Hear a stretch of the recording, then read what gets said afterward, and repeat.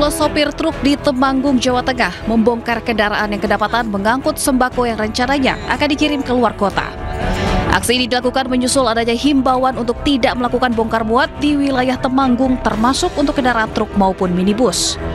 Sweeping muatan terjadi di beberapa titik di Kabupaten Temanggung, diantaranya di Pringsurat, Madirejo, Candiroto, dan Parakan. Aksi solidaritas penolakan terhadap RUU Odol ini rencananya akan dilakukan hingga hari Sabtu mendatang. Para sopir truk akan menggelar aksi demo besar-besaran ke gedung DPRD Temanggung untuk menyampaikan tuntutan. Sebuah mobil pickup bermuatan puluhan penumpang gagal menanjak hingga terpental mundur. Rekaman CCTV merekam saat mobil pickup yang mengangkut lebih dari 20 penumpang gagal menanjak di Desa Sumberrejo, Kabupaten Tuban, Jawa Timur. Akibat kerasnya benturan, para penumpang yang berdiri di bagian belakang hendak menghadiri pesta pernikahan ini terpental dari bak mobil. 5 orang luka-luka dan 16 lainnya dilaporkan selamat tanpa luka. Hingga kini pihak Satlantas Polres Tuban telah mengamankan barang bukti berupa kendaraan pickup, STNK, dan SIM milik pengemudi. Proses penyelidikan lebih lanjut masih terus dilakukan untuk mendalami unsur kelalaian dalam insiden ini.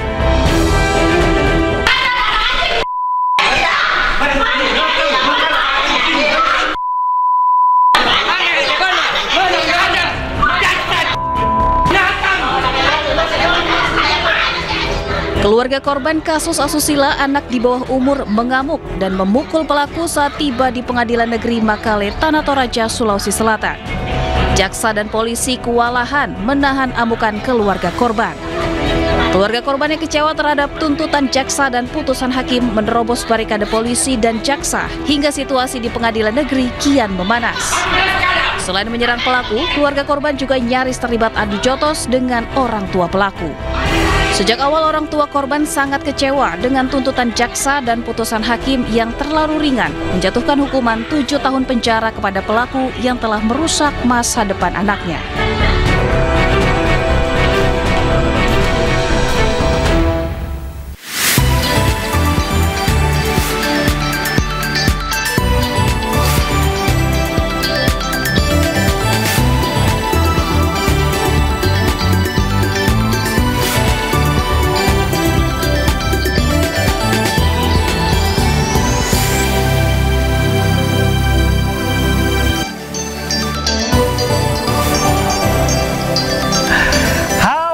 Selamat pagi pemirsa, selamat datang di Ayus Today. Apa kabarnya nih pemirsa dan juga Syabrina? Apa kabarnya Pram? Saya baik.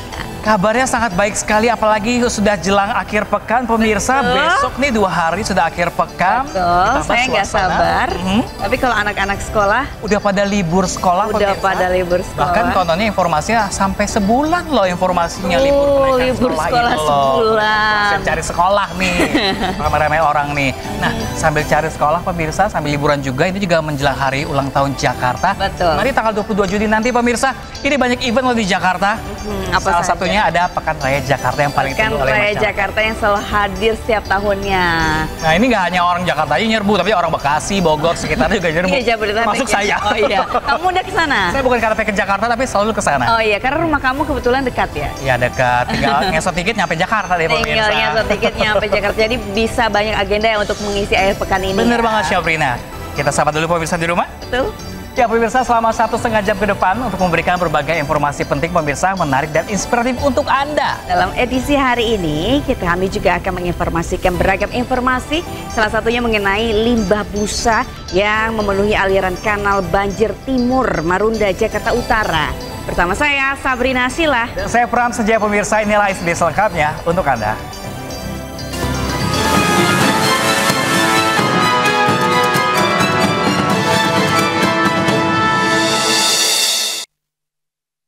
Ya pemirsa, kita awal informasi pagi hari ini lagi-lagi dari informasi kebakaran Syabrina yang tiap hari selalu ada nih pemirsa. Diduga korsleting listrik 2 rumah berlantai 2 di Jalan Lada, Taman Sari, Jakarta Barat ini ludes di lahap si jago merah.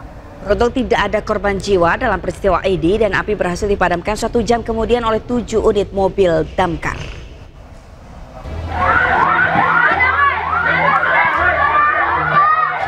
Kobaran api melahap habis 2 bangunan berlantai 2 di Jalan Lada, Taman Sari, Jakarta Barat. Banyaknya material yang terbuat dari kayu membuat api dengan cepat merambat dan membesar. Dibantu warga, petugas pemadam kebakaran sektor Taman Sari yang tiba di lokasi berupaya melokalisir api agar tidak terjadi perambatan yang lebih meluas, mengingat lokasi kebakaran merupakan pemukiman padat penduduk. Belum diketahui pasti penyebab dari kebakaran, namun diduga api berasal dari korsleting listrik dari salah satu rumah. Kurang tahu ya, tahu-tahu api udah ada di atas itu, Pak. Waktu saya pulang udah gede aja, jadi asal masalah gimana. Tapi kalau kompor nggak ada, kemungkinan besar dan listrik. Tidak ada korban jiwa dalam peristiwa ini. Api berhasil dipadamkan 1 jam kemudian setelah 7 unit mobil pemadam dikerahkan ke lokasi kebakaran. Dari Jakarta, Rizky Falupi, iNews melaporkan. Kebakaran terjadi di gedung 252 gudang area kargo Bandara Internasional Soekarno-Hatta, Tangerang, Banten. Nah, pemirsa, ini bahkan sempat terdengar suara ledakan yang diduga dari dalam gudang sehingga membuat pekerja yang berada di dekat lokasi pun panik. Gila, jas kebakaran loh. Meledak sih.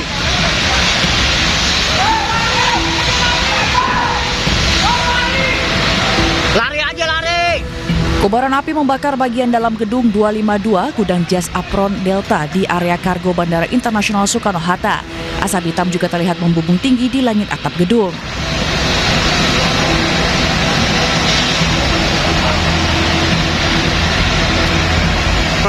Sempat terdengar suara ledakan yang diduga dari dalam gudang sehingga membuat panik pekerja yang ada di sekitar lokasi kejadian. Petugas pertolongan kecelakaan penerbangan dan pemadam kebakaran Bandara Internasional Soekarno-Hatta langsung padamkan api.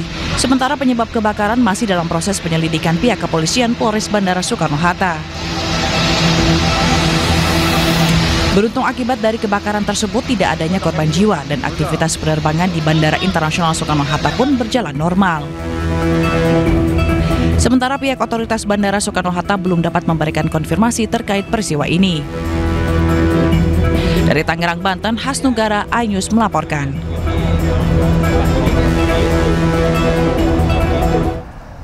Ya pemirsa, dari informasi kebakaran kita ke informasi yang ricuh-ricuh pemirsa. Ini ada eksekusi sebuah rumah pemirsa di Surabaya, Jawa Timur yang berujung ricuh. Aksi saling dorong pun terjadi antara polisi dan anggota ormas yang menghalangi proses eksekusi.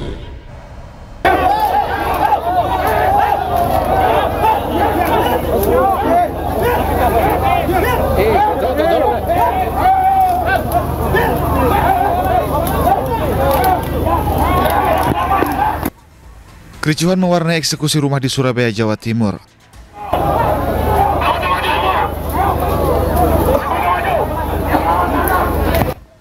Aksi saling dorong terjadi antara aparat kepolisian dengan ratusan anggota ormas di lokasi kejadian. Polisi mendorong mundur ormas yang menghadang jalannya eksekusi. Seorang pria pun melawan saat dihadang aparat kepolisian.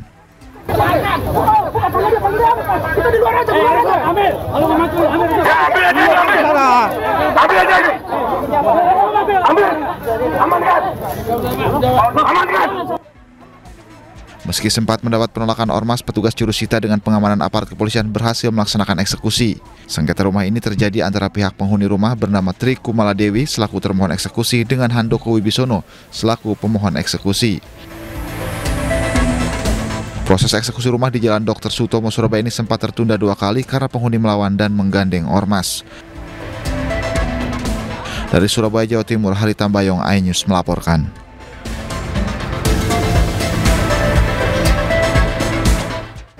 Ya pemirsa, ada informasi mengenai kericuan lagi pemirsa ya. Ini namun kali ini pemirsa ada ratusan sopir truk yang tergabung dalam berbagai komunitas di Grobogan memblokir jalan raya. Aksi mereka dibubarkan paksa polisi hingga terjadi kericuhan. Kula mboten ajeng bantah mboten nggih gaduh. Nek emang kula nggih gaduh kersane ka Orlantas sing dia bertanggung jawab. Ratusan sopir truk dari berbagai komunitas di Grobogan, Jawa Tengah menggelar aksi turun ke jalan. Mereka parkir di tengah jalan hingga membuat arus lalu lintas macet total. Sejumlah personil kepolisian yang tiba di lokasi berupaya mengatur arus lalu lintas. Polisi meminta sopir untuk menyingkirkan truk dari tengah jalan, namun permintaan aparat ditolak hingga terjadi ketegangan. Para sopir truk nekat menutup jalan karena tuntutan mereka atas aturan zero odol tidak ditanggapi oleh pemerintah pusat. Mereka tidak terima jika dijerat dengan ancaman hukuman penjara jika nekat melanggar aturan zero odol. Kalau sopir cuman aksinya begini-begini aja, yang percuma. Kalau begini kan genah, nantinya ada yang bersangkutan dari Polsek, Polres, Satlantas, Disub. Nah, aspirasi kita didengar. Percuma kalau tadi anggota dari Satlantas cuman ngatur jalan. Akibat pemblokiran jalan ini, arus lalu lintas dari Grobogan menuju Semarang, Jawa Tengah dan sebaliknya lumpuh selama lebih dari 4 jam. Dari Grobogan, Jawa Tengah, Rustama Nusantara, iNews melaporkan. Pemirsa, polisi berhasil menangkap pelaku mutilasi di Padang Pariaman, Sumatera Barat. Nah, ini dari pemeriksaan awal, pemirsa, pelaku diketahui juga telah membunuh 2 orang lainnya.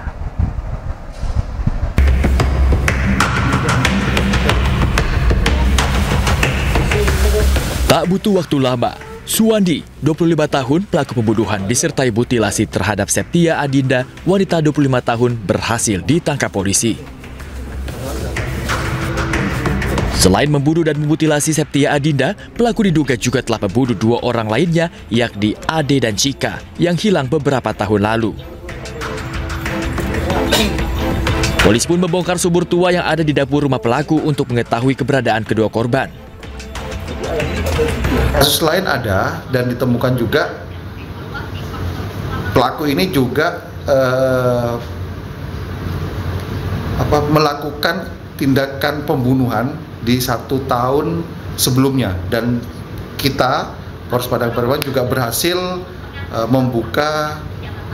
mengungkap keterlibatan pelaku ini, sehingga pada hari ini kita berhasil mengamankan 2 kasus yang dilakukan oleh 1 pelaku dengan jumlah korban sebanyak 3. Sebelumnya masyarakat dihebohkan dengan penemuan potongan kepala, tangan, dan kaki di aliran sungai Batang Anai, Padang Pariaman, Sumatera Barat. Ketiga potongan tubuh ditemukan tak jauh dari lokasi temuan tubuh korban. Belakangan diketahui korban merupakan Septia Adinda yang dilaporkan hilang 4 hari. Jasad korban dikenali dari cincin plastik di jari manisnya yang dirajut khusus oleh teman korban yang selalu dipakai sehari-hari. Dari Padang Pariaman, Sumatera Barat, Eka Guspriyadi, iNews melaporkan. Kita ke informasi selanjutnya, pemirsa. Ada seorang anak berusia 4 tahun di kota Tangerang, Banten. Ini terpeleset, pemirsa, dan jatuh ke dalam drainase di depan rumahnya. Sebelumnya keluarga sempat melaporkan kehilangan korban karena sudah 2 hari tidak pulang ke rumah.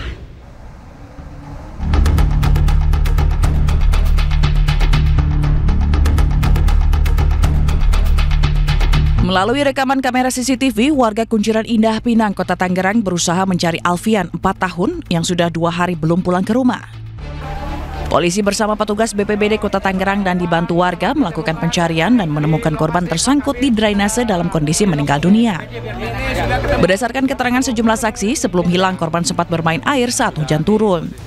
Ibtu Adityo, Kapolsek Pinang, mengatakan keluarga korban sebelumnya telah melaporkan anak tersebut hilang karena 2 hari tak pulang ke rumahnya.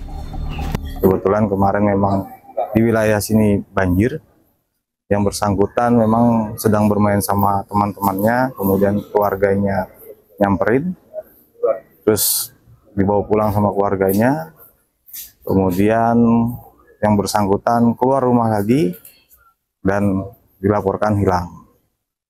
Kemudian sore ini kami bergabung dengan BPBD Kota Tangerang dari kelurahan, dari kecamatan, berhasil menemukan anak tersebut di gorong-gorong tidak jauh dari rumahnya. Dengan adanya peristiwa ini, warga diimbau agar memantau kegiatan anak-anak mereka agar kejadian serupa tidak terulang kembali. Dari Tangerang, Banten, Sukron, iNews melaporkan.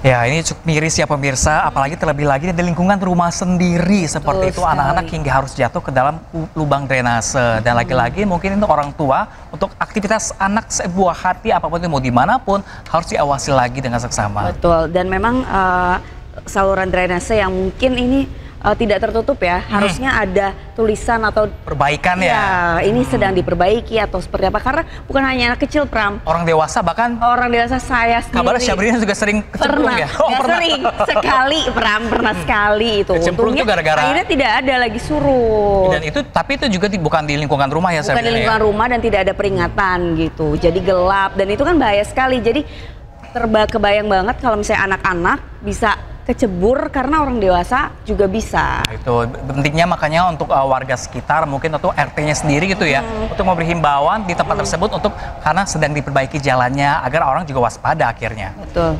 Kita ke informasi selanjutnya, pemirsa. Ini ada sesosok jasad bayi laki-laki ditemukan sampah menggegerkan warga Kampung Pondok Jaya, Tangerang Selatan, Banten. Polisi masih mencari pelaku yang tega membuang jasad bayi tersebut.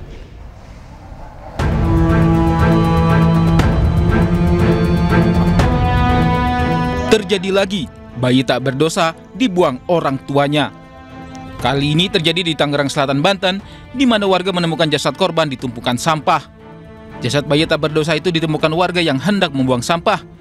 Saat ditemukan, jasad bayi dalam kondisi tertutup kain hitam. Atas penemuan itu, warga langsung melapor ke polisi dan polisi langsung memeriksa TKP. Awalnya dia lagi membuang sampah, mau bakar. Setelah mau bakar, dilihat dulu. Terus dilihat nggak taunya ada bayi. Akhirnya nggak jadi, taruh di sini. Yang dari pohon pisang, situ ditutupin pohon pisang. Tuh. Terus mayat bayi itu meninggal apa gimana? Udah dalam keadaan meninggal, masih ada ininya. Tali pusat. Sedikit ya. Terus jenis kelaminnya Bu Ibu mau tahu? Laki-laki. Oh, jenis kelaminnya laki-laki. Iya, laki-laki. Atas kejadian ini, jasad bayi malang tersebut langsung dibawa ke Rumah Sakit Umum Kabupaten Tangerang guna dilakukan otopsi. Polisi masih mencari orang tua yang tega membuang jasad bayi tersebut.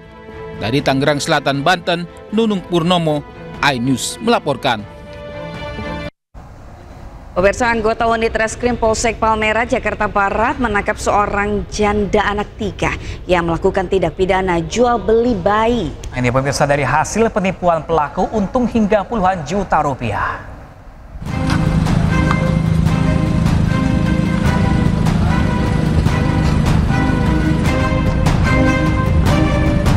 Dengan tangan terborgol, pelaku berinisial AU yang merupakan janda anak 3 ini digelandang ke ruang tahanan Polsek Palmerah, Jakarta Barat. Pelaku ditangkap usai melakukan tindak pidana penipuan dengan modus jual beli bayi. Pelaku ditangkap di salah satu rumah sakit saat akan bertransaksi dengan korban. Menurut polisi, awalnya pelaku menawarkan korban untuk mengadopsi bayi melalui media sosial dengan biaya 5 juta rupiah. Pelaku sudah melakukan penipuan adopsi bayi fiktif tersebut ke 5 korban lainnya dengan keuntungan mencapai puluhan juta rupiah. Untuk pelaku ini menawarkan bayinya, adopsi bayi ini yang pertama dari mulut ke mulut, kemudian untuk yang kedua yaitu si salah satu korban ini buat status di salah satu medsos. Kemudian oleh si pelaku ini di Japri yang bersangkutan menanyakan apakah masih mencari bayi. Dan kemudian setelah itu bertukar nomor WhatsApp hingga janjian bertemu di rumah sakit tersebut. Atas perbuatannya, tersangka dijerat pasal 378 terkait penipuan dengan ancaman hukuman di atas 5 tahun penjara. Dari Jakarta, Rizky Falufi, iNews melaporkan. Nah, ini jadi PR baru pemerintah ini, tidak hanya judul aja pemirsa berkembang di sosial media. Saat ini juga di sosial media juga ada perdagangan bayi ternyata seperti itu. Tindak pidana perdagangan orang ini bukan hanya di kalangan kecil saja ya, tapi sudah ada di sosial media ya, terang-terangan gitu loh. Betul, mungkin untuk mengadopsi bayi juga ada aturannya tersendiri pemirsa, ada cara legalnya. Mungkin juga nanti akan jadi masalah ketika nanti sang bayi ini sudah beranjak remaja dan juga dewasa, mungkin bisa jadi masalah kemudian harinya. Ya pemirsa, protes seleksi penerimaan siswa baru yang dianggap tidak adil, orang tua murid calon siswa baru berunjuk rasa di depan sekolah. Ya, jangan kemana-mana pemirsa, informasi selengkapnya akan menghadirkan sesaat lagi, tetaplah bersama kami di AIS Today.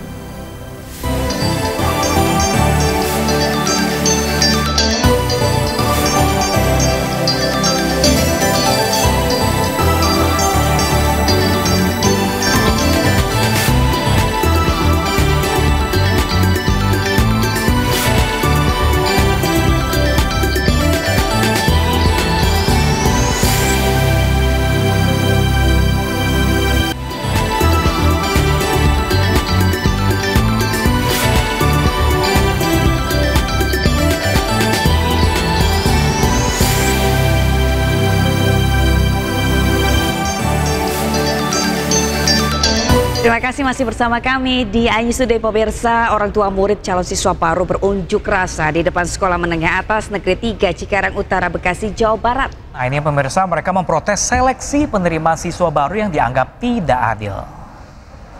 Di SMA 3 kami yakinkan mobil sedikit. Merasa kecewa anaknya tidak lolos seleksi penerimaan murid baru, ratusan warga desa Waluya, Cikarang Utara, Kabupaten Bekasi melakukan aksi demo di depan Sekolah SMA Negeri 3 Cikarang Utara. Dengan menggunakan mobil dan pengeras suara, orang tua murid meluapkan kekesalan kepada pihak sekolah.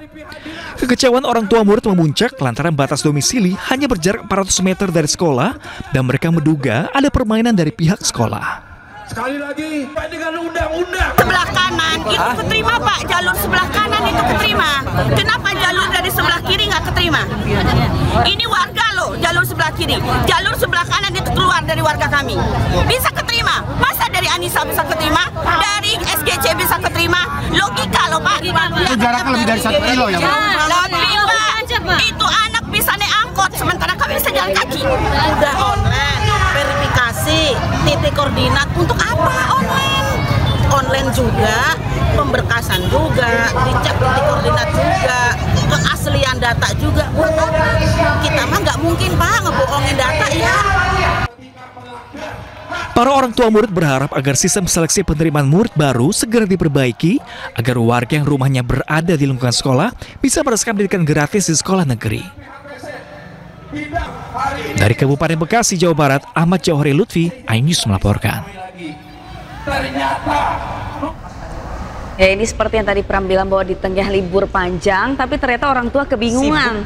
Sibuk cari sekolah untuk para buah hatinya. Betul, dan ini permasalahan yang kayaknya sudah sering terjadi ya. Hampir setiap tahun sampai kenaikan, ini pasti selalu ada orang tua cari sekolah anaknya susah banget. Betul, ini jadi PR ya bagi pemerintah ya untuk mengatasi permasalahan domisili ya. Katanya kan anaknya sekolahnya jaraknya dekat dengan rumah, harusnya bisa diterima, ternyata nggak bisa juga. Bahkan pada di tahun-tahun sebelumnya, Syabriana juga pemirsa, bahkan ada orang tua yang rela nih mengukur nih antara jarak sekolah dan ke rumah dan juga sebaliknya. Bener nggak anak saya nggak bisa diterima karena jarak? Yang sering terjadi pemirsa ya. Dan ini harus segera diatasi ya. Transparansi dari pihak sekolah juga nih. Apakah kuota sudah penuh atau seperti apa? Biar orang tua juga jelas intinya. Betul. Nah pemirsa, sementara itu nih pemirsa, usai digeruduk orang tua siswa ini dan menjadi sorotan, Dinas Pendidikan Kota Bekasi, Jawa Barat akhirnya menyegel Sekolah Al-Karim Islam School. Selain disegel, sekolah juga tidak diperbolehkan menerima murid baru tahun ajaran 2025-2026 karena diduga melanggar prosedur.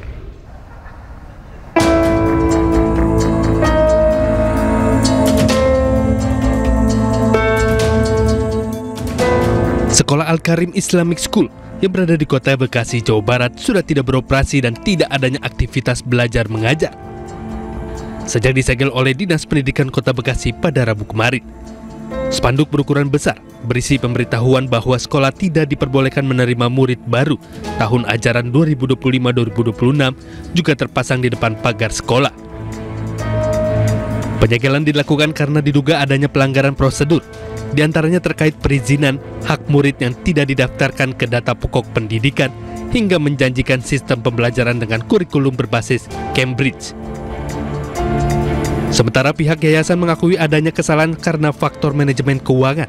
Pihaknya juga berjanji akan mengganti rugi uang orang tua murid yang sudah disetor ke sekolah. Pemberitahuan pada masyarakat untuk Al-Karim agar tidak menerima murid baru. Itu aja.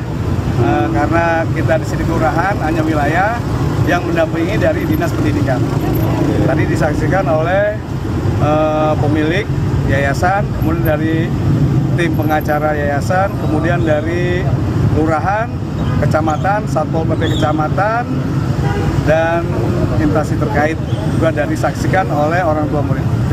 Untuk kerugian yang dirasakan dan dialami oleh orang tua murid, itu semua yayasan akan menjual aset Pak. Ya, akan menjual aset semuanya dan akan menggantikan. Nanti saya akan urus Pak. Saya akan urus nanti beliau mungkin nggak mengeluarkan statement. Saya akan mengeluarkan statement adalah kami akan mengganti uang orang tua murid. Diketahui sebelumnya sejumlah orang tua murid melakukan somasi dan membuat laporan ke polisian karena diduga menjadi korban penipuan sejumlah uang yang telah disetor ke pihak yayasan sekolah namun hak pendidikan yang didapat murid tidak sesuai harapannya. Dari Bekasi, Jawa Barat, Tim Liputan iNews melaporkan. Ya pemirsa, dari informasi orang tua sibuk cari sekolah, ini ngomongin urusan perut nih, rumah tangga. Bisa ibu-ibu penting banget nih pemirsa nih. Harga pokok produksi ayam hidup ditetapkan naik nih, jadi Rp18.000 per kilogramnya. Pemerintah akan tindak tegas pihak yang memainkan harga ayam dari peternak.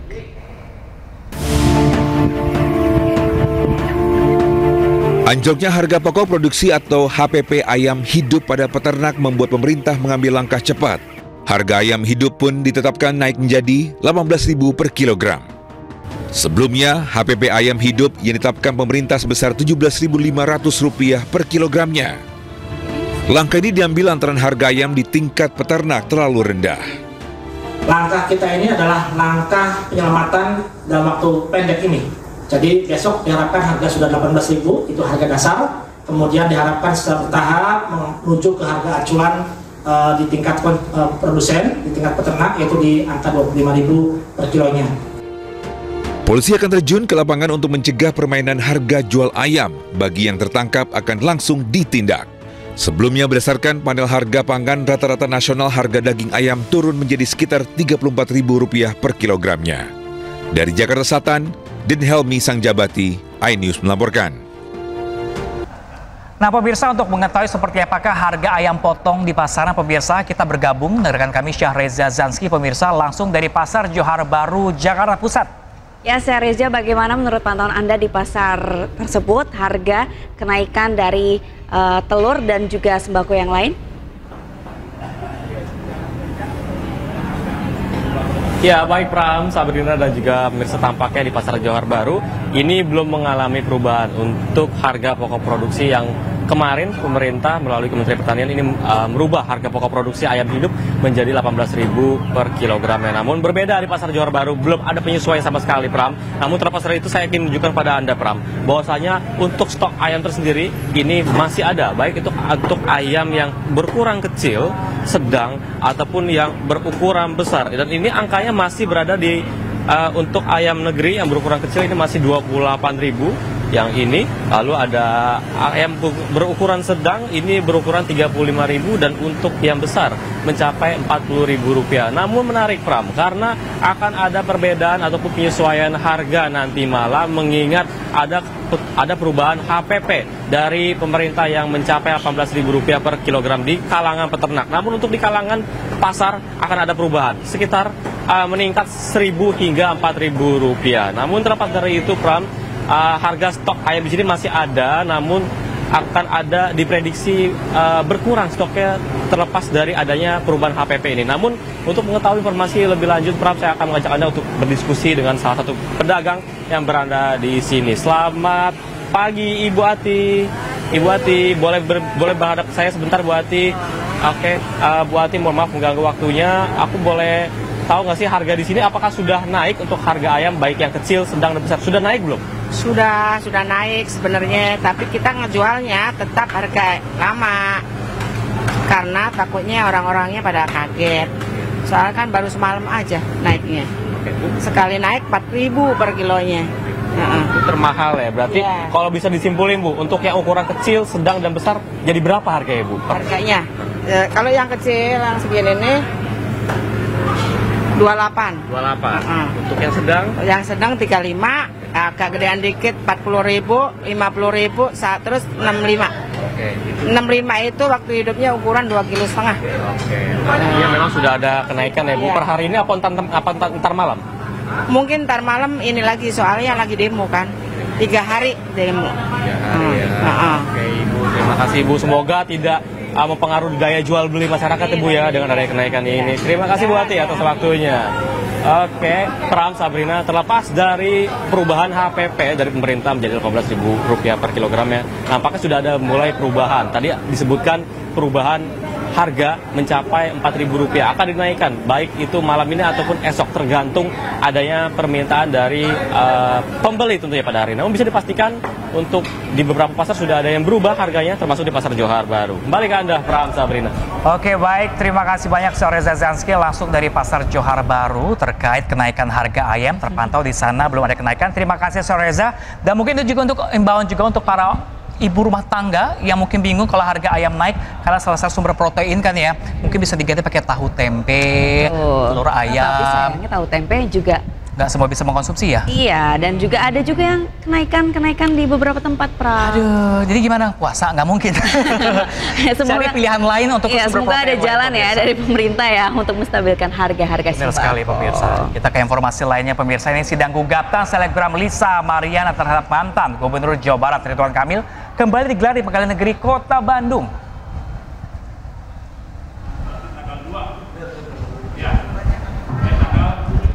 Sidang gugatan selebgram Lisa Mariana terhadap Ridwan Kamil memasuki sidang pembacaan gugatan dari pihak penggugat. Sidang tidak dihadiri Lisa Mariana dan Ridwan Kamil sebagai tergugat. Pembacaan gugatan Lisa Mariana hanya dihadiri oleh para kuasa hukumnya.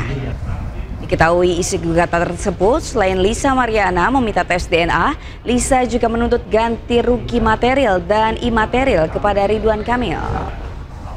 Kuasa hukum Ridwan Kamil, Muslim Jaya Butar-Butar menyebut semua tuntutan yang diajukan pihak Lisa tidak memiliki dasar hukum.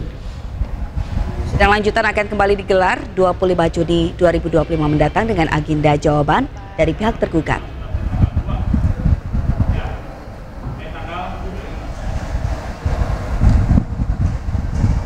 Sidang lanjutan dugaan suap dan perintangan penyidikan Harun Masiku oleh terdakwa Sekjen PDIP Hasto Kristianto kemarin menghadirkan saksi ahli Marwar Siahaan.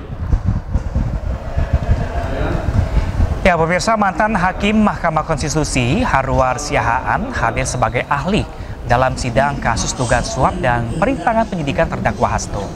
Dalam persidangan, Marwar menilai pasal 21 Undang-Undang nomor 31 tahun 99 tentang pemberantasan korupsi tidak bisa diterapkan di tahap penyelidikan. Menurutnya, penggunaan pasal yang di luar tahap penyidikan itu bertentangan dengan karakteristik hukum pidana.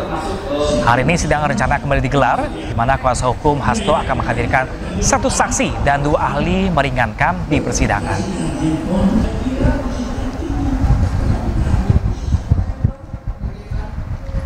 Kita ke kasus lainnya pemirsa, terima hasil laporan audit BPKP, mantan Menteri Perdagangan Tom Lembong optimis tidak ada tindak pidana korupsi dalam kasus importasi gula. Mantan Menteri Perdagangan Tom Lembong jalani sidang lanjutan dalam kasus korupsi importasi gula di Kementerian Perdagangan. Tom Lembong menjalani sidang pemeriksaan dengan 3 saksi ahli yang salah satu diantaranya merupakan pihak BPKP.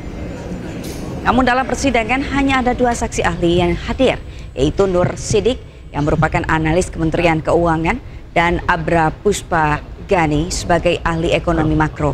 Kedua ahli dimintai keterangan terkait dengan definisi kebijakan impor yang diduga menyebabkan Tom Lembong menjadi terdakwa.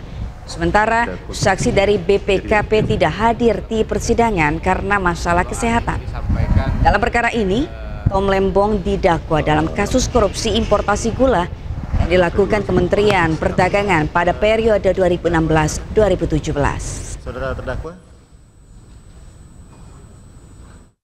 Beberapa hari ini membaca, menelaah, menganalisa audit BPKP, ya saya sangat-sangat percaya diri, sangat confident, ya sangat mantap akan menghadapi ahli BPKP. Ya, saya semakin yakin bahwa tidak ada kerugian negara.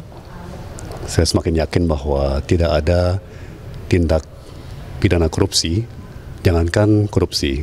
Saya semakin yakin tidak ada tindak pidana. Sementara itu pemirsa, viral di media sosial mantan Menteri Perdagangan Tom Lembong memperbaiki meja kayu di ruang sidang. 11 Juni tahun 2025, Tom Lembong menunjukkan kemampuannya. Ya, pemirsa, peristiwa ini terjadi ketika Tom Lembong sedang menjalani sidang sebagai terdakwa atas kasus dugaan korupsi impor gula. Tom Lembong nampak senyum saat memperbaiki meja sidang dengan cara dioleskan menggunakan lem kayu. Aksi Tom Lembong yang sedang memperbaiki meja di ruang persidangan itu kemudian mendapatkan beragam komentar setelah beredar di media sosial.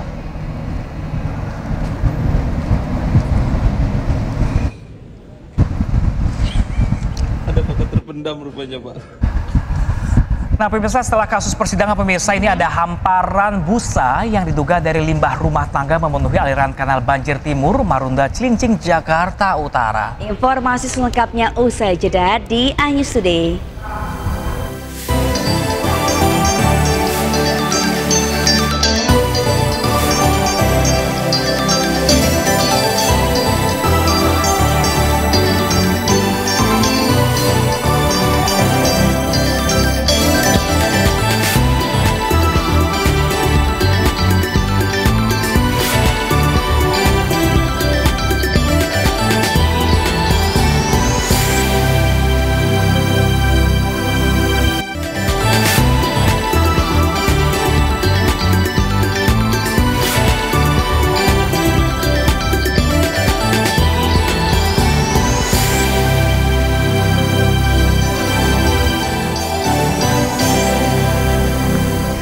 Ya, pemirsa, kembali di iNews Today bersama saya Pram Senjaya dan juga Syabrina Hasyila, pemirsa, langsung dari MNC Tower, pemirsa, iNews Tower. Dan kita ke informasi yang happy-happy nih, menggembirakan nih pemirsa. Jakarta Fair Kemayoran kembali digelar di Expo Kemayoran Jakarta Pusat. Pada hari pertama terlihat antusias masyarakat sangat tinggi dalam memeriahkan acara yang selalu ditunggu-tunggu ini. 1, go!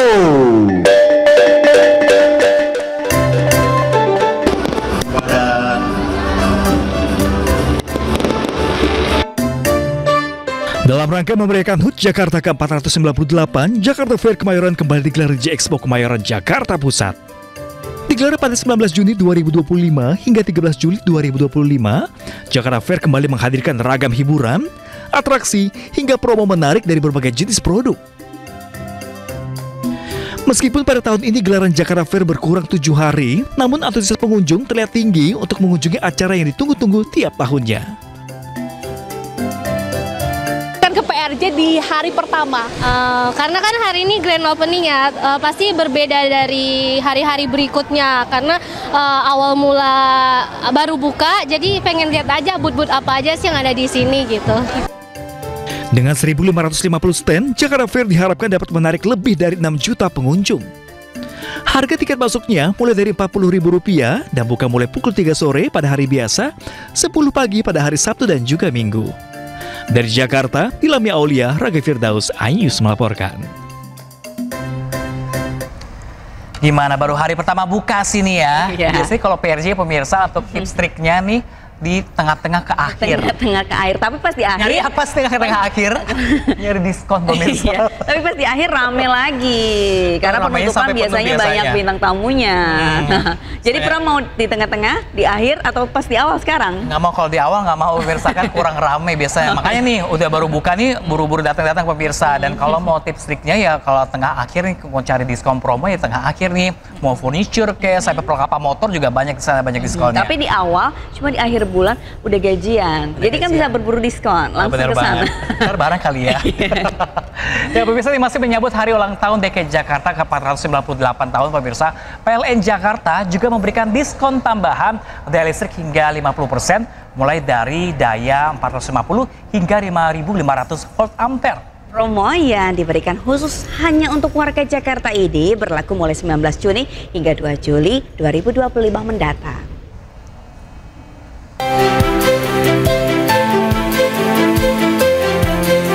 Kabar gembira bagi Anda warga Jakarta yang biasa mengalami masalah tegangan listrik rendah. Menyambut HUT DKI ke-492 tahun, PLN Jakarta Raya memberikan diskon sebesar 50% biaya tambah daya untuk para pelanggan. Potongan harga diberikan untuk semua daya mulai dari 450 volt ampere hingga 5.500 volt ampere. Diskon yang diberikan khusus hanya untuk warga Jakarta itu berlaku mulai 19 Juni hingga 2 Juli 2025 mendatang. Bagi pelanggan prabayar cukup melakukan pembelian token, sedangkan pelanggan pasca bayar dapat melakukan pembayaran tagihan listrik. Caranya dengan melakukan transaksi kelistrikan melalui aplikasi PLN Mobile. Merayakan ulang tahun Jakarta 498, kita lakukan program yaitu adalah promo tambah daya. Ya, ini hanya berlaku di pelanggan PLN Jakarta Raya.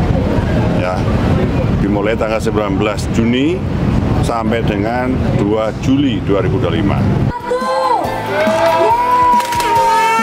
Untuk memudahkan masyarakat melakukan penambahan daya, PLN Jakarta Raya meluncurkan 9 mobil PLN keliling yang disebar di sejumlah lokasi di Jakarta. Dari Jakarta Pusat, Raniston Sanjaya, iNews melaporkan. Kita ke informasi lain pemirsa, ajang balap mobil listrik Formula E atau Jakarta E-Prix 2025 kembali digelar. Nah ini pemirsa, sejumlah persiapan dikebut untuk memastikan ajang jet darat listrik ini berlangsung lancar.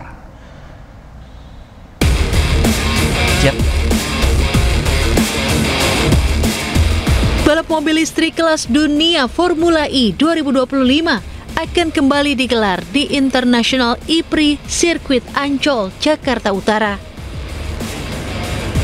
Dalam penyelenggaraan kali ini, sirkuit dimodifikasi sesuai dengan mobil baru, yakni Gen3 Evo yang jauh lebih kencang dan sudah dikendarai pebalap Formula E sejak tahun 2024. Yeah, so basically the car is aesthetically is a little bit the same as it was the year before, but we have changes.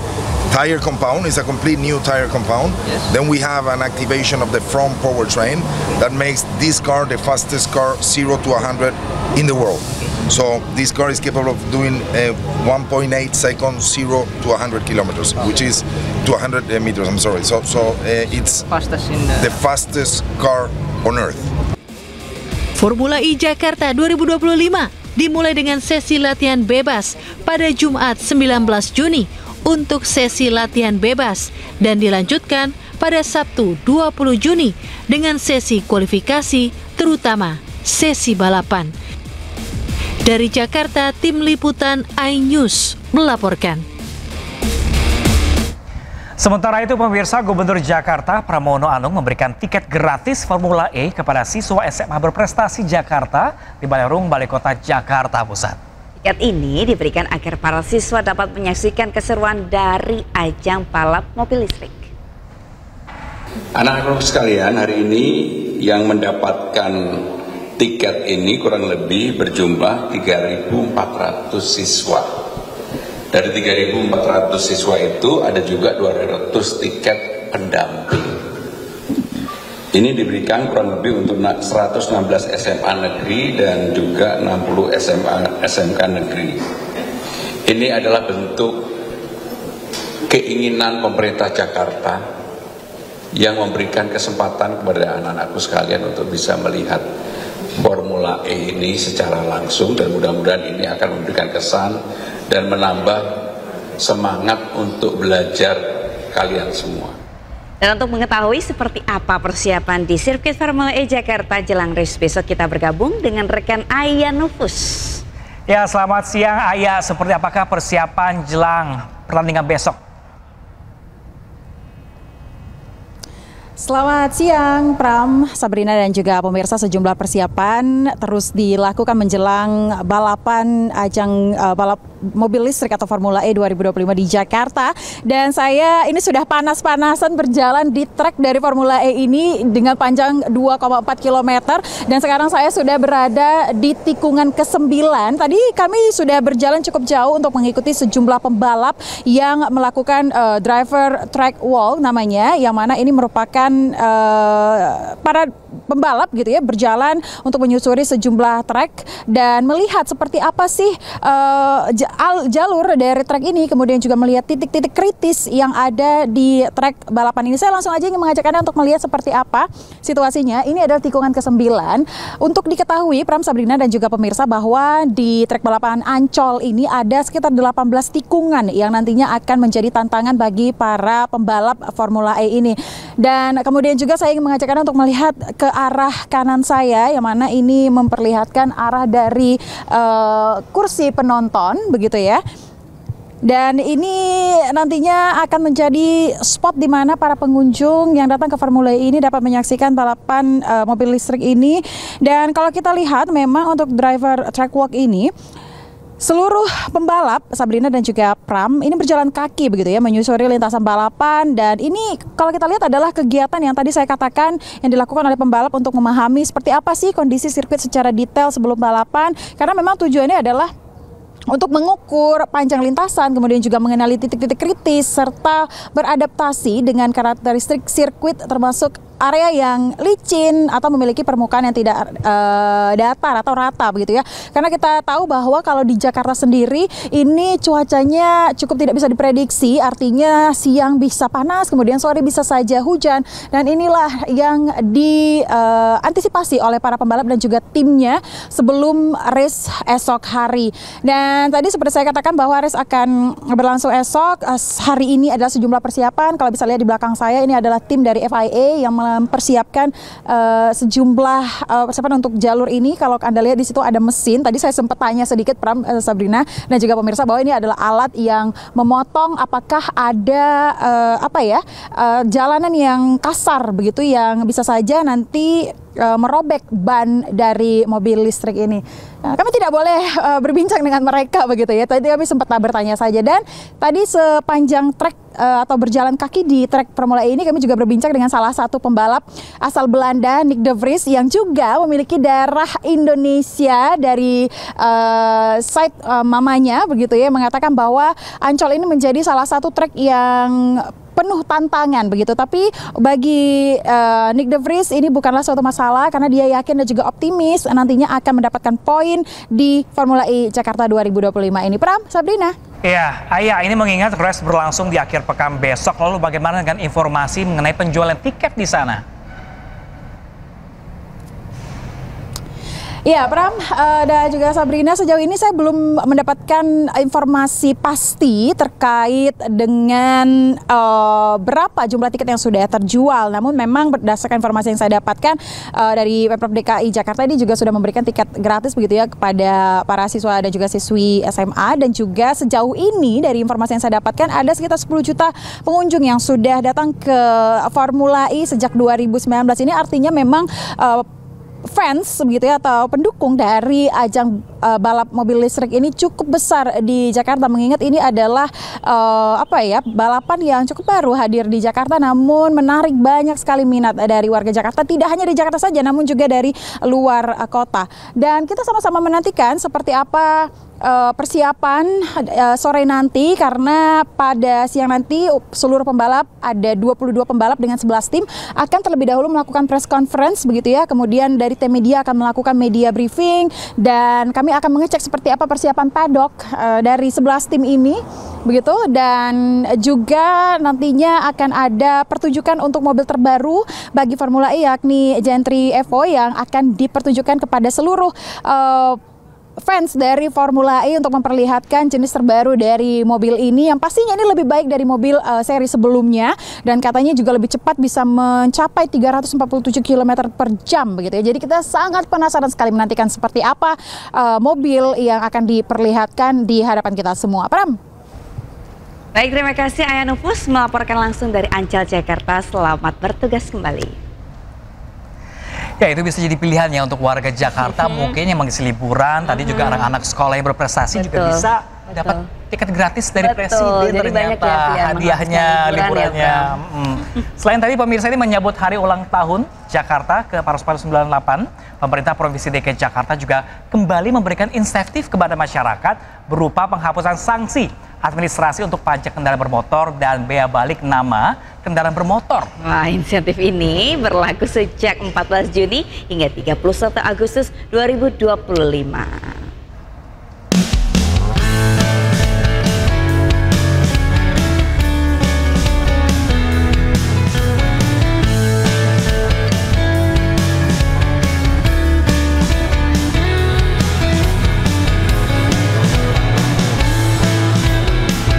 Badan Pendapatan Daerah Provinsi DKI Jakarta membuka booth di Pekan Raya Jakarta. Pengunjung yang hendak mengurus pajak kendaraan bermotor bisa mampir ke booth Bapenda Jakarta. Hal ini memudahkan warga Jakarta yang hendak mengurus pajak kendaraan sembari jalan-jalan menikmati suasana PRJ. Bahkan, dalam menyambut ulang tahun Jakarta, pemerintah Provinsi DKI Jakarta kembali memberikan insentif kepada masyarakat berupa penghapusan sanksi administrasi untuk pajak kendaraan bermotor dan bea balik nama kendaraan bermotor. Angka ulang tahun DKI kan sudah ada kebijakan dari Pak Gubernur untuk memberikan pengurangan pembebasan denda dan bunga keterlambatan bayar. Ini bisa digunakan masyarakat untuk yang punya tunggakan lama. Ini saatnya untuk dilakukan pembayaran. Nah, di sini kami juga ada gerai samsat, intinya kita berusaha memberikan kemudahan kepada masyarakat yang lagi jalan-jalan karena prosesnya mudah dan mendapat souvenir juga, sehingga mereka pas mungkin jalan-jalan dengan keluarga atau apa pas lihat gerai samsat bisa melakukan pembayaran pajak, jadi nggak perlu datang ke kantor samsat gitu. Pemberian insentif ini pun berlaku sejak 14 Juni hingga 31 Agustus 2025. Pemerintah melalui kebijakan ini menunjukkan kepeduliannya dengan memberikan kebijakan keringanan pajak, mendorong pendekatan proaktif bagi warga Jakarta untuk mengurus pajak kendaraan. Dari Jakarta, Ismalia Laksana Jabi Yasin, iNews melaporkan.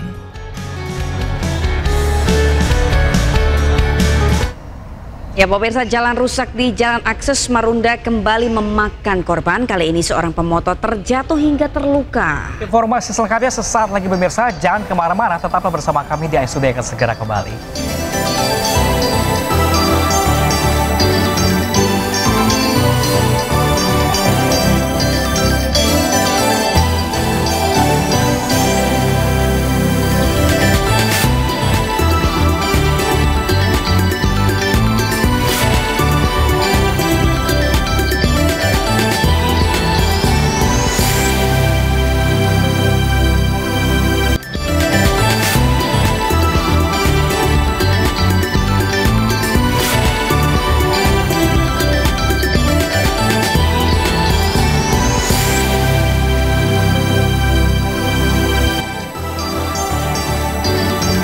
Terima kasih masih bersama kami di iNews Today pemirsa. Jalan rusak di Jalan Akses Marunda kembali memakan korban. Nah, kali ini pemirsa ada seorang pemotor yang terjatuh hingga terluka.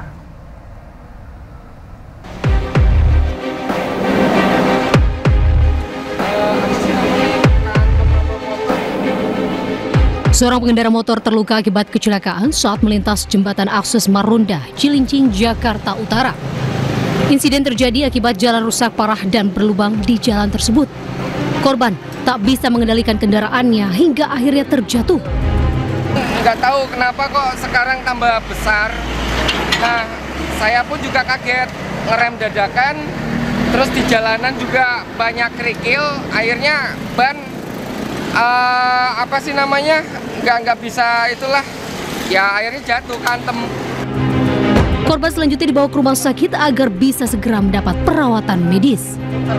Sementara itu, kerusakan jalan dan lubang di jalan raya diduga karena jalan akses Marunda kerap dilintasi truk bertonase berat menuju Pelabuhan Tanjung Priok, Jakarta Utara. Kerusakan jalan yang parah tentunya sangat berbahaya bagi para pengendara. Apalagi kecelakaan kerap terjadi bahkan sampai menelan korban jiwa. Di Jakarta, Sofian Firdaus melaporkan.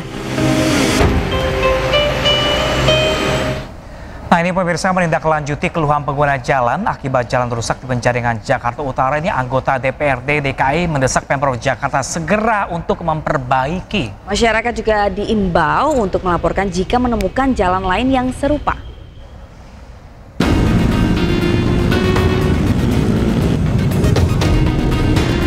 Jalan yang rusak dan berlubang di flyover Jembatan 3 Penjaringan, Jakarta Utara memicu keluhan para pengguna jalan hingga viral di media sosial. Menanggapi hal itu, anggota DPRD DKI Jakarta Hardianto Kenneth Kamis malam turun langsung meninjau lokasi kondisi flyover. Usai sidak, ia mendesak pihak Dinas Bina Marga Jakarta untuk segera memperbaiki jalan yang rusak agar tidak terjadi korban jiwa. Ia juga meminta masyarakat untuk terus melaporkan jika menemukan jalan lain yang serupa. Memang ini jalan layang ini masih dalam tahap pemeliharaan, jadi masih menjadi tanggung jawab kontraktor. Saya minta Pak Beni besok segera berkoordinasi dengan kontraktor yang mengerjakan jalan layang ini supaya dilakukan perbaikan secara komprehensif. Ya, nah malam ini memang harus dilakukan dulu penanganan sementara. Jadi kita tutup dulu sementara supaya tidak ada lubang. Biasanya karena satu kelebihan beban dan juga faktor pengaruh musim hujan sering itu sih. Tetap kita berusaha semaksimal memperbaikinya. Terima kasih. Untuk target penyelesaiannya berapa lama dan berapa banyak yang dikerahkan petugasnya, Pak? Petugasnya hari ini kita kerahkan ada 12 orang dan ini besok kita lanjut lagi. Usai sidang, masyarakat dihimbau agar segera lapor jika menemukan jalan yang rusak kepada Bina Marga dan pejabat terkait agar cepat ditangani tanpa menunggu jatuh korban. Dari Jakarta, Sofyan Firdaus, iNews melaporkan. Ya pemirsa, soal jalan rusak yang polemik yang kerap terjadi dan bahkan ini sering diabaikan oleh pemerintah sekitarnya gitu. Bahkan harus tunggu jatuh korban dulu baru diperbaiki. Padahal ini membahayakan sekali ya, apalagi untuk pengguna motor. Sering sekali di malam hari yang gelap ini sering memakan korban jiwa, Pra. Jadi beruntung tidak sampai meninggal dunia, jangan sampai bahkan ya pemirsa. Ini jadi perhatian juga untuk pemerintah pusat sekitarnya untuk segera memperbaiki dan juga untuk warga sekitar. Kalau pemerintahnya lambat mungkin satu-satu cara ya diviralin. Iya betul ya, karena kalau nggak diviralin, nggak digerak-gerakin, nggak diperbaikin juga nih jalanan ini pemirsa. Oke, kita ke informasi lain pemirsa. Ini ada hamparan busa yang diduga dari limbah rumah tangga memenuhi aliran kanal banjir timur Marunda, Cilincing, Jakarta Utara. Di sini meresahkan para nelayan lantaran sulit mendapatkan ikan.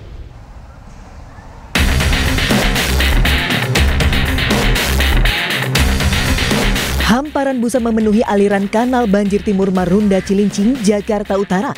Fenomena ini muncul dari pintu air Wir 3 Marunda yang ujungnya berbatasan dengan laut. Keberadaan busa di Kali BKT membuat para nelayan resah. Busa diduga berasal dari limbah rumah tangga dan tidak menutup kemungkinan dari limbah industri. Semenjak muncul di permukaan, para nelayan harus melaut lebih jauh karena ikan sulit didapat. Kalau yang saat ini hilang, Pak, yang nggak bisa tangkap ikan apa, Pak? Dulu mah biasanya ya apa juga ada, Pak, kayak udang, ikan-ikan, ya pokoknya berkah lah sebelum ada BKT di sini gitu. Keluhan ke pemerintah tuh sudah, Pak, bahkan pun demo sudah dilakukan oleh nelayan, tapi kayaknya sampai sekarang nggak ada tanggapan. Busa biasanya muncul pada pagi hari dan saat pintu air dibuka. Para nelayan berharap keseriusan dari pemerintah agar busa yang diduga berasal dari limbah ini tidak muncul kembali. Dari Jakarta, Sofyan Firdaus, iNews melaporkan.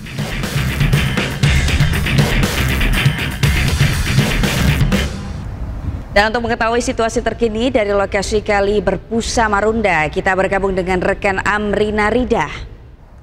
Ya, selamat siang Amrina. Kalau dari pantauan Anda di lokasi Amrina, apakah ini busa masih tampak banyak di sana, Amrina? Iya, Pram dan juga Sabrina, kalau untuk berdasarkan pantauan kami langsung di lokasi yakni di W3 Marunda, pintu air kanal banjir timur ini nampaknya memang masih terlihat adanya hamparan busa.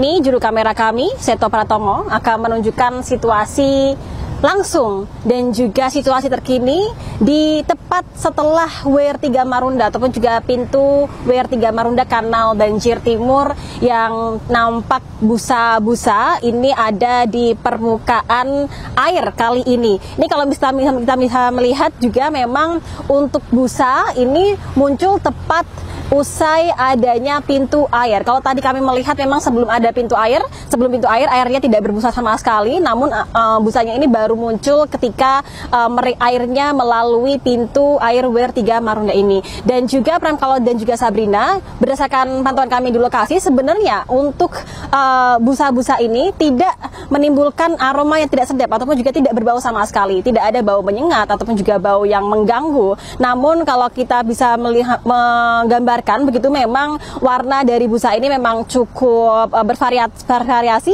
ada yang berwarna putih, lalu juga ada yang berwarna coklat karena sudah tercampur dengan sejumlah sampah-sampah yang terlihat ada di pinggiran dari kali di depan pintu WR3 Marunda ini. Berdasarkan tadi kami sempat berbincang dengan masyarakat ataupun juga penjual yang ada di sini, sebenarnya untuk busa-busa yang terlihat pada hari ini masih terhitung sedikit karena beberapa hari yang lalu, sekitar 2 hari yang lalu, ini hamparan busanya bahkan sampai bermeter-meter lurus begitu ya, jadi menutupi hampir seluruh dari permukaan air di dekat WR3 Marunda. Namun kalau untuk sekarang memang sudah lebih sedikit dan juga jumlah dari busanya ini sudah berkurang, disinyalir dikarenakan airnya sudah mengalir karena hujan yang terjadi dalam beberapa waktu terakhir ini.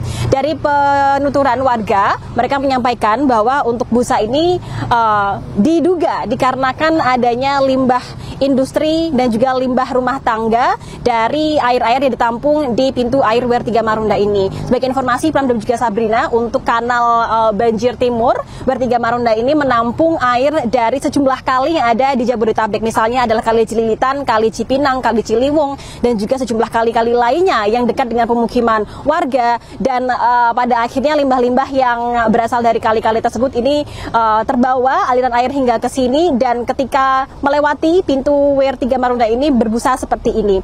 Dan kalau kami mendapatkan informasi dari warga juga, Pram dan juga Sabrina, bahkan ketika untuk busa-busa ini ketika masih tebal, ini cukup mengganggu karena kadang juga bertebaran sampai ke area jalanan juga. Dan warga yang paling terdampak adalah para nelayan sebenarnya, karena tadi sempat sampaikan juga oleh masyarakat, banyak nelayan yang mereka khawatir dan juga resah karena adanya busa-busa ini muncul mengganggu aktivitas mereka ketika mereka akan mencari ikan ataupun juga ketika mereka akan berlayar. Mereka pun juga menyampaikan bahwa untuk di area sini pun juga untuk ikan dan juga untuk udang dan juga hasil tangkapan mereka tidak sebanyak biasanya karena banyak ikan yang terkontaminasi, dan mereka juga harus melayar lebih jauh lagi, dan itu berpengaruh pada nominal ataupun juga modal yang harus mereka gunakan untuk membeli BBM. Ini berpengaruh pada penghasilan dan juga pendapatan mereka. Memang disampaikan oleh warga sekitar juga, mereka sudah berkali-kali melihat adanya busa seperti ini. Bahkan kalau berdasarkan info yang kami himpun, untuk busa di area WR3 Marunda ini sudah ada sejak 7 tahun yang lalu, dan sampai sekarang ini kerap kali terjadi, terutama ketika musim penghujan. Sudah ada demo dan juga dari masyarakat sekitar ini mengharapkan agar nantinya pemerintah ataupun juga suku dinas setempat ini melakukan tindakan nyata dan juga melakukan pengetesan terkait dengan apakah limbah busa ini berbahaya atau tidak, dan mencari solusi yang bisa menghilangkan busa ini secara keseluruhan, tidak kembali muncul seperti ini lagi. Pram dan juga Sabrina. Ya, Amrina, ini limbah busa selain merusak biota dari kanal itu sendiri, kalau dari Anda berdiri di samping kanal itu sendiri, ada aroma yang tercium tidak terkait imbas dari limbah busa ini? Iya, Pram dan juga Sabrina, seperti yang tadi saya sampaikan, sebenarnya kalau misalnya berdasarkan pantauan tim langsung di dekat WR3 Marunda, busa ini sama sekali tidak menimbulkan aroma tidak sedap ataupun juga bau yang menyengat, bau yang mengganggu, sama sekali tidak menimbulkan aroma seperti itu. Dan memang untuk warna dari busa ini mirip sekali dengan busa-busa yang kita lihat ketika kita sedang mencuci baju, seperti busa-busa deterjen seperti itu. Nah, namun memang warnanya ini bervariasi, ada yang berwarna putih seperti salju, seperti kapas, tapi ada juga yang sudah berwarna coklat karena busa-busa ini sudah tercampur dengan adanya sejumlah sampah-sampah yang terlihat memang cukup mengganggu seperti itu. Kita akan mencoba untuk berjalan terlebih dahulu melihat bagaimana situasi di dekat pintu air Marunda ini, dan kalau berdasarkan pantauan kami memang busa ini terus-menerus muncul, Pram dan juga Sabrina, dan untuk busa ini juga sudah berkali-kali terjadi, kurang lebih adalah bertahun-tahun lamanya, terutama di musim penghujan selalu ada busa, dan tentunya diharapkan adanya tindakan nyata dari pemerintah, terutama dari masyarakat setempat, karena mereka merasa terganggu apabila busa ini cukup tebal, karena kalau busa ini cukup tebal dan anginnya sedang banyak di sini, maka busa ini sempat bisa bertebaran sampai ke jalanan. Dan dari pihak nelayan ini, dari masyarakat menyampaikan sudah berkali-kali minta ataupun juga mengadakan demo, namun hingga kini busa ini masih terus ada di sini. Pram, Sabrina. Baik, terima kasih Amrina Rida melaporkan langsung dari Kanal Banjir Timur. Selamat bertugas kembali. Semoga ini pemerintah pusat di tempat sana juga petugas pintu air mungkin ya ada lakukan penyelidikan lebih dalamnya lagi, karena jangan sampai setiap tahun itu ada busa laut di sana yang akan merusak biota-biota kehidupan di kanal tersebut yang menyulitkan nelayan juga akhirnya. Dan kita juga nggak tahu apakah berbahaya untuk manusia nantinya. Ya pemirsa, terima kasih Amrina Rida dan selamat bertugas kembali. Kita ke informasi selanjutnya pemirsa, kasus penipuan bermodus love scamming menimpa seorang mantan jurnalis berinisial KD. Pelaku menipu korban hingga mentransfer uang puluhan juta rupiah. Febrian itu siapa? Febriannya itu yang mana? Gak ada. Kamu tahu aku udah cari tahu rumah itu bukan punya Febrian, itu punya Haji Ali, toko emas Haji Ali yang ada di Pasar Rangkas. Kamu tahu? Polisi menangkap pelaku penipuan asmara atau love scamming melalui akun palsu di media sosial. Modusnya, pelaku mengaku sebagai seorang pilot yang memberikan komentar di akun media sosial milik korban. Komunikasi berlanjut hingga keduanya saling berbalas pesan dan berkomunikasi intens. Selama berhubungan, pelaku meminta uang kepada korban sebanyak 2 kali dengan dalih untuk pembayaran administrasi training di maskapai Emirates. Tanpa curiga, korban yang juga mantan jurnalis ini kemudian mengirimkan uang dengan jumlah total 48 juta rupiah. Bahwa pelaku ini seolah-olah mengidentifikasikan dirinya itu adalah seorang laki-laki. Jadi perkenalannya itu atas nama Febrian, mengaku atas nama Febrian, mengaku bahwa dia adalah seorang laki-laki dengan profesi pilot Garuda kepada si pelapor ataupun korban. Jadi akan menjanjikan apa itu Pak untuk dia menawarkan? Kalau itu dari pengakuan si pelaku, dia akan pinjam uang itu akan diberikan kepada sepupunya, saudaranya untuk mengurus kerja. Akibat perbuatannya, pelaku terancam hukuman penjara maksimal 12 tahun atau denda 12 miliar rupiah. Dari Serang, Banten, Maesa Priandie, iNews melaporkan. Kita beralih ke informasi lain pemirsa, Presiden Prabowo melakukan kunjungan kenegaraan ke Rusia. Ya, Presiden Prabowo bertemu dengan Presiden Rusia Vladimir Putin untuk bicarakan kerjasama di berbagai bidang. Pertemuan Presiden Prabowo Subianto dengan Vladimir Putin di Istana Konstantin, St. Petersburg, Rusia berlangsung hangat. Pertemuan kedua kepala negara ini sangat produktif dan menghasilkan sejumlah kesepakatan kerjasama di berbagai bidang, seperti bidang pertahanan, maritim, dan juga perdagangan.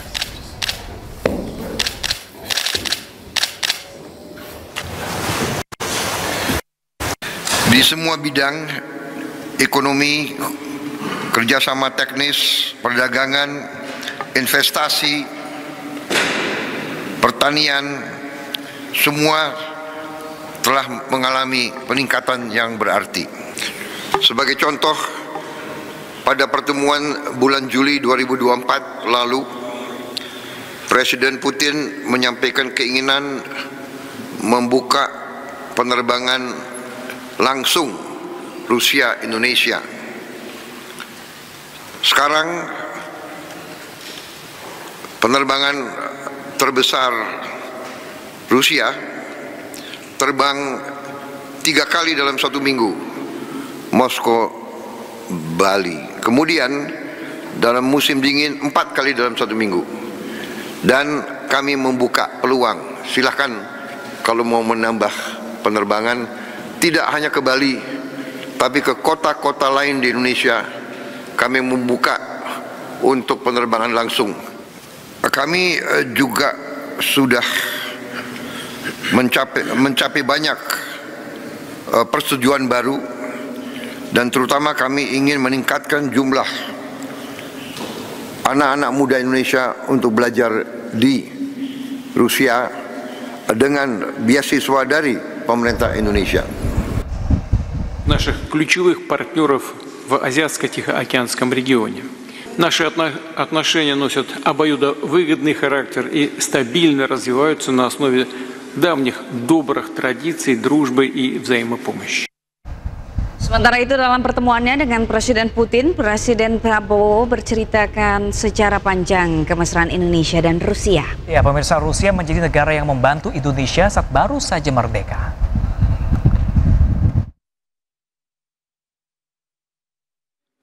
Baru merdeka dan masih sangat miskin.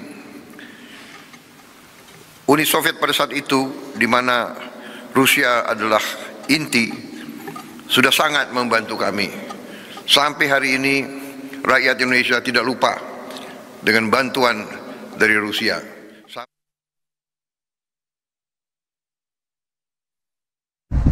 Ya pemirsa, setelah bertahun-tahun disimpan untuk pertama kalinya, Iran meluncurkan rudal Sejil ke Israel. Informasi selengkapnya sesaat lagi pemirsa. Jangan kemana-mana, tetaplah bersama kami di ASUD akan segera kembali.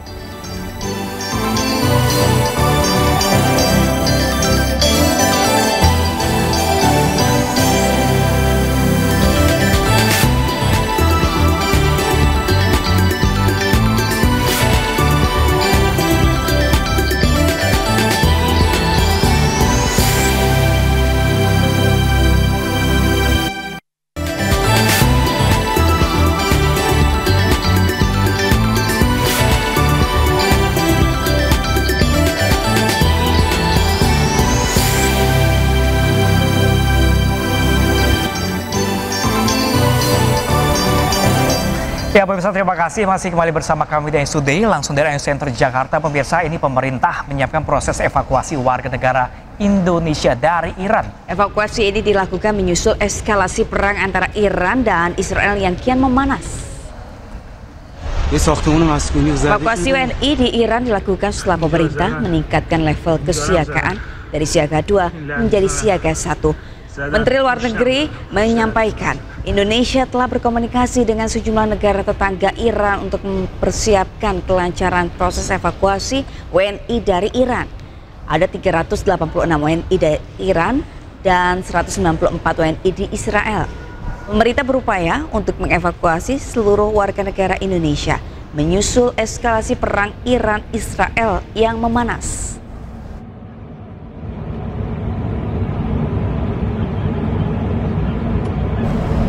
Setelah bertahun-tahun disimpan untuk pertama kalinya, Iran meluncurkan rudal Sejil ke Israel. Ya pemirsa, rudal ini dilengkapi lapisan anti radar yang membuat Sejil ini sulit dideteksi pada tahap awal peluncuran.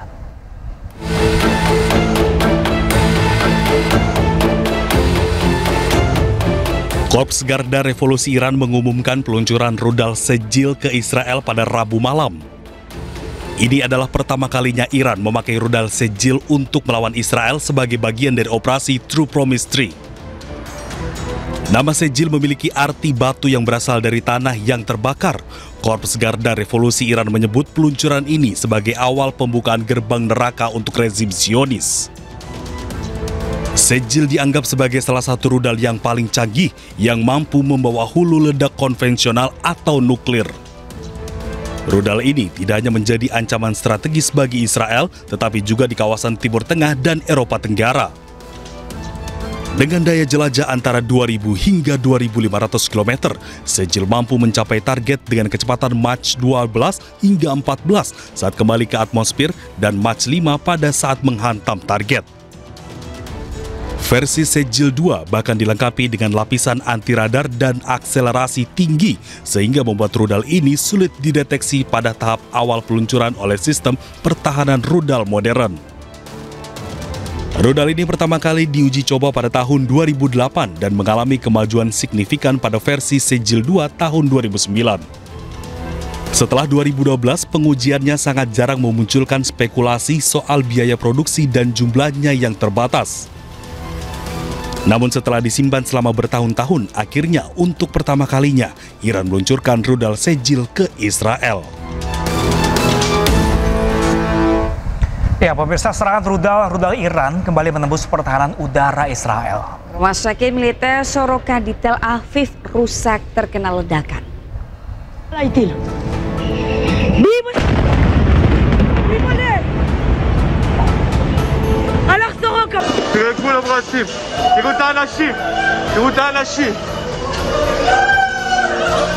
Kepanikan terjadi di rumah sakit militer Soroka Tel Aviv saat salah satu rudal Iran mampu membobol pertahanan udara Israel.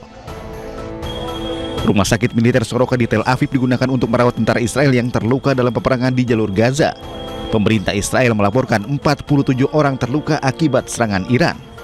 Lemahnya pertahanan udara Israel hingga mampu ditembus rudal Iran memicu kemarahan Perdana Menteri Israel Benyamin Netanyahu. Sementara kantor berita Iran IRNA menyebut target utama Iran merupakan pangkalan intelijen dan komando angkatan darat tentara pendudukan Israel.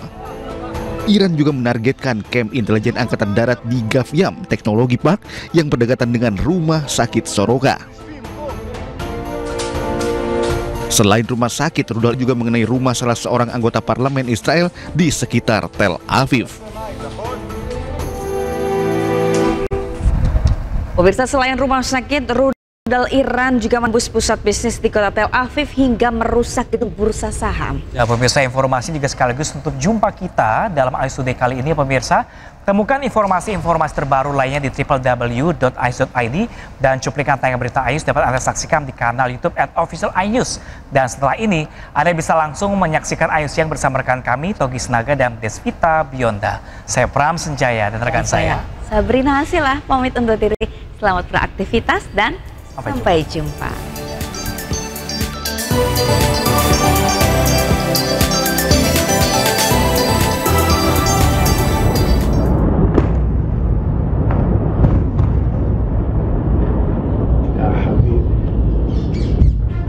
Sejumlah ledakan hebat terjadi di area bisnis pusat kota Tel Aviv. Asap pun membumbung tinggi di antara gedung-gedung pencakar langit.